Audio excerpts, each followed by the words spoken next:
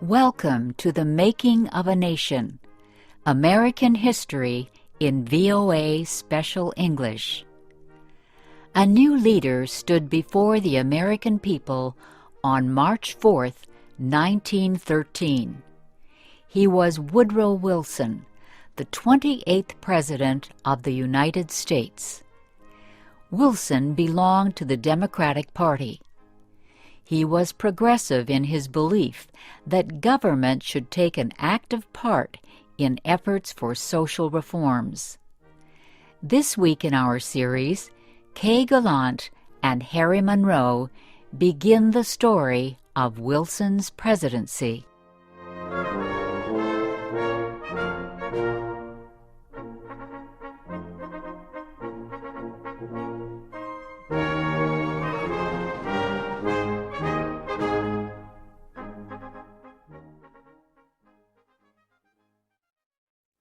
Woodrow Wilson had spent most of his life at Princeton University. First, he was a professor. Then, he was university president.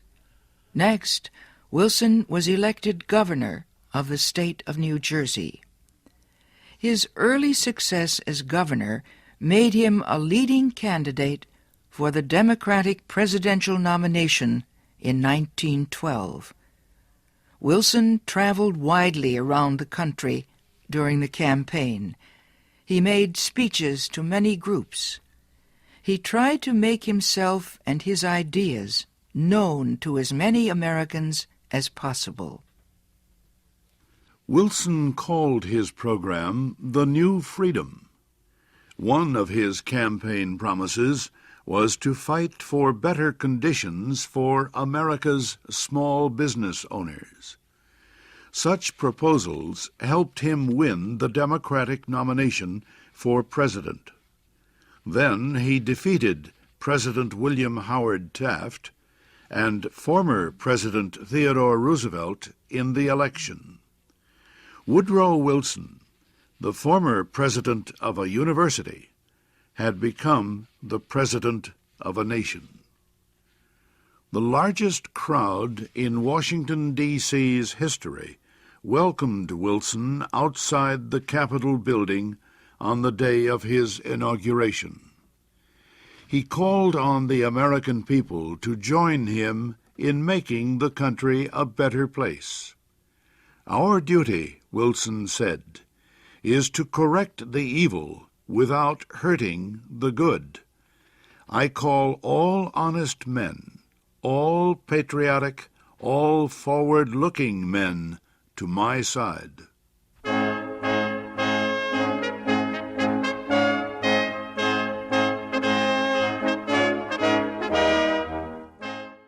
Wilson wasted no time. He immediately called a special session of Congress to act on Democratic campaign promises to reduce import taxes or tariffs. Wilson felt strongly about the need to reform these taxes. He broke tradition by leaving the White House to appear before Congress in person to appeal for his tariff proposals. Many members of Congress opposed Wilson's plans, but the new president used the results of a Senate investigation to win the fight. The investigation showed that a number of senators owned companies that depended on high tariffs for their profits. The votes of these senators were influenced by their property holdings. Public knowledge of the situation forced many of them to give up their holdings and stop resisting tariff reform. Congress finally approved Wilson's proposals. Lower tariffs reduced the amount of money taken in by the federal government. So the Senate also approved a tax on income or earnings. A constitutional amendment had been passed earlier to permit such a tax.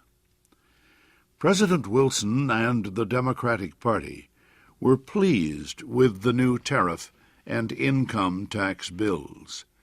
But they were far from finished. Next, they turned their efforts to reform of the banking industry. For several years, many people had recognized the need for changes in the banking system.